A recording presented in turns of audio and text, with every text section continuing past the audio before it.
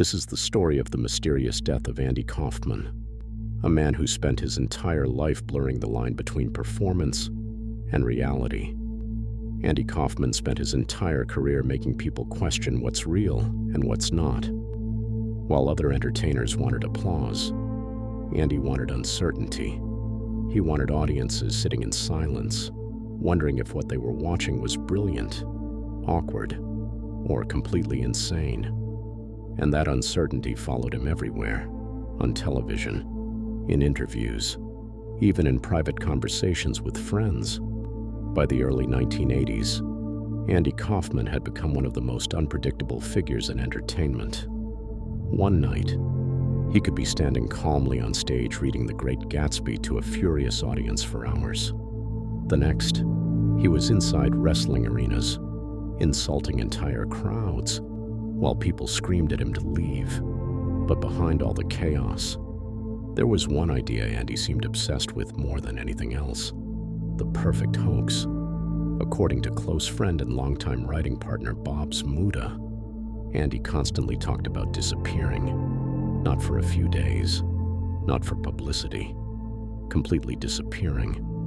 Zmuda later claimed Andy once told him the only way to truly fool the world would be to fake his own death.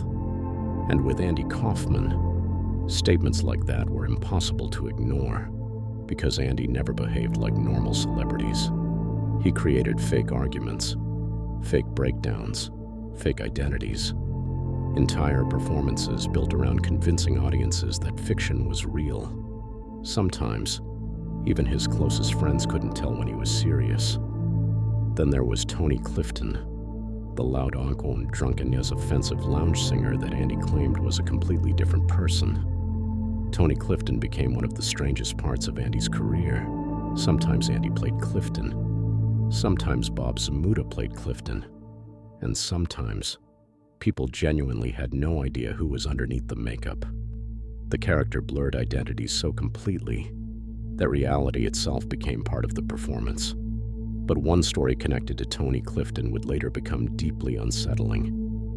Years before Andy Kaufman's death, a bizarre comedy bit reportedly involved Tony Clifton dying at Cedars-Sinai Hospital in Los Angeles, the same hospital where Andy Kaufman would later actually die in 1984. For some fans, the coincidence felt disturbing, almost scripted, like another strange piece of a puzzle nobody could fully explain.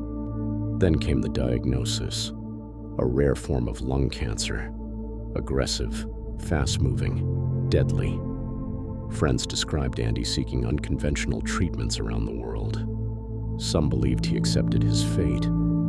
Others believed he seemed strangely calm, almost as if something else was happening behind the scenes. And then, on May 16, 1984, Andy Kaufman was officially declared dead. He was only 35 years old.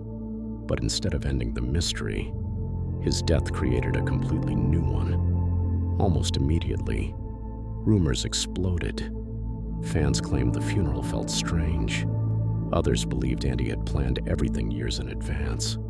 Stories began surfacing from people convinced they had seen him alive, in airports, restaurants, crowded streets, always disappearing before anyone could prove anything.